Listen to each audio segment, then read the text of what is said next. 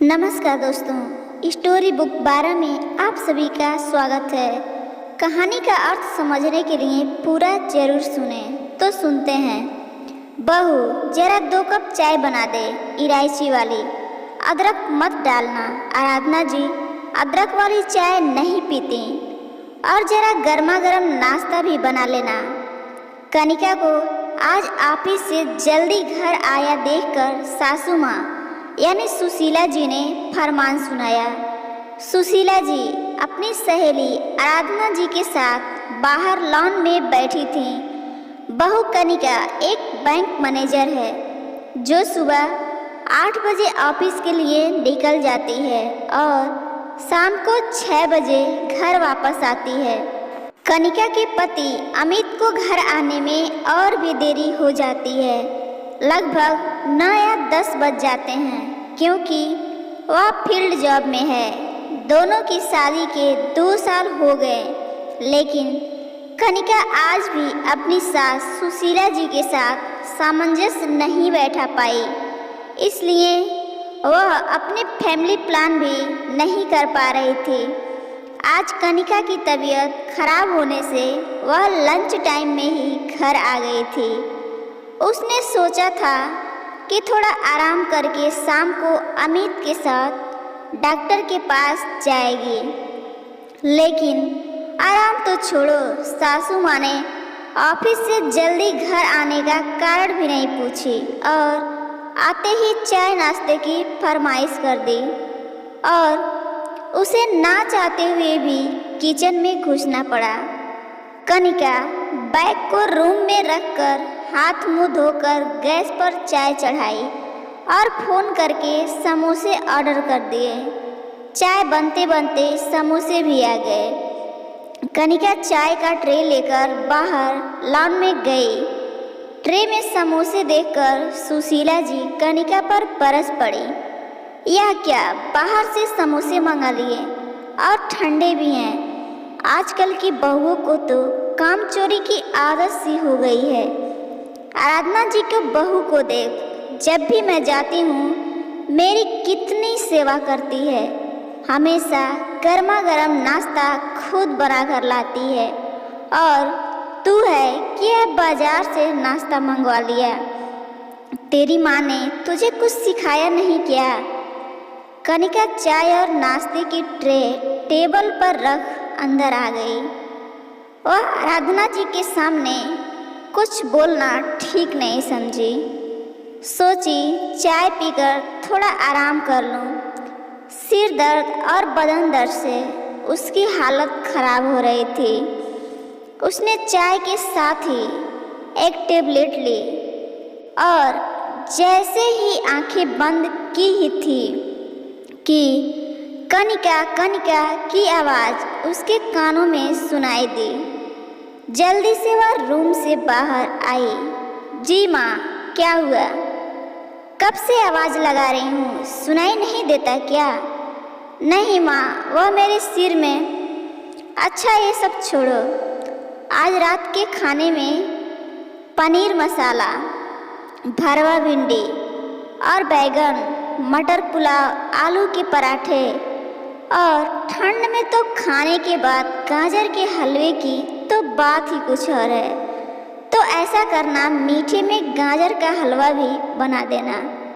अमित की बुआ की ननद यहीं पास में अपनी बहन के घर आई हैं, तो मैंने आज उन लोगों को सपरिवार खाने पर बुलाया है। वह तो आ ही नहीं रही थी। मैंने ही कहा, भाई हमें भी सेवा का मौका दीजिए।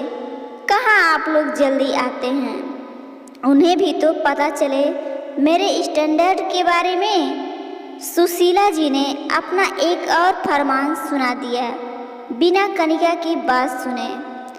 यह सब सुन कनिका का सिर घूम गया और बोली, माँ जी, इतने मेहमान को बुलाने से पहले मुझे बता तो दिया होता। अरे मेहमान तो छोड़ो, आज तो मैं हम लोगों के लिए भी खाना नहीं बना पाऊंगी। मैं तो शाम को मेड से ही कुछ बनवाने का सोच रही थी।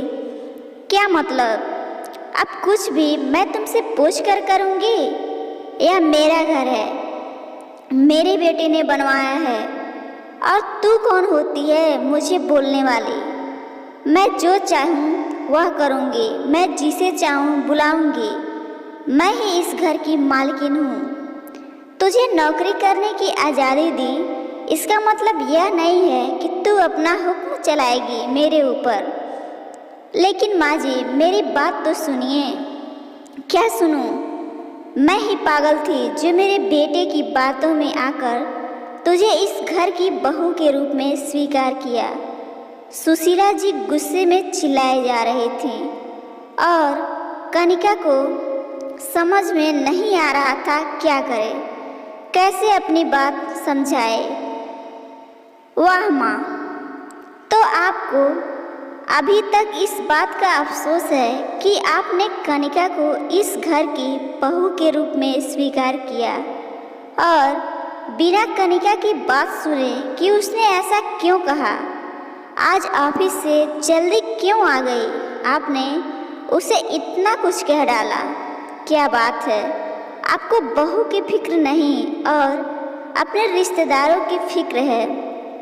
मैं दोपहर में कनिका से बात किया तो पता चला कि उसकी तबीयत ज़्यादा खराब होने से हाफ डे लेकर घर चली आई है। मैं भी इसीलिए जल्दी निकल आया कि कनिका को डॉक्टर के पास ले जाऊं, लेकिन यहाँ आया तो यह सब हो रहा है।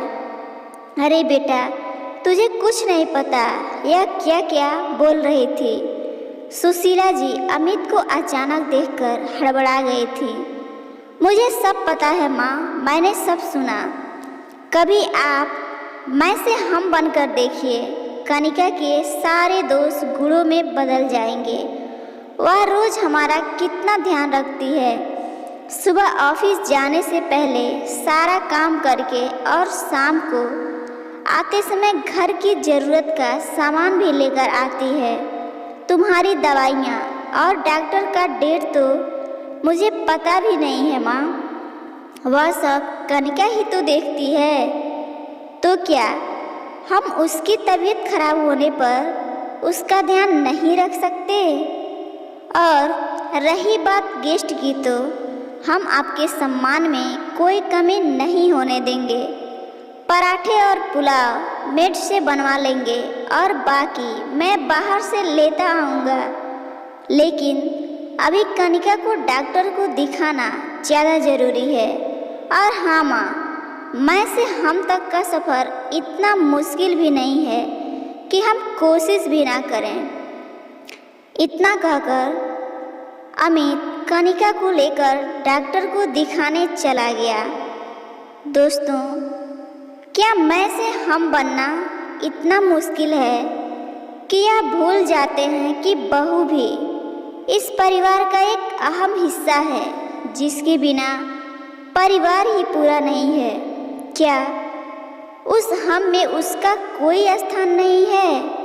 क्या हमें उसके हिस्से का प्यार और सम्मान नहीं देना चाहिए?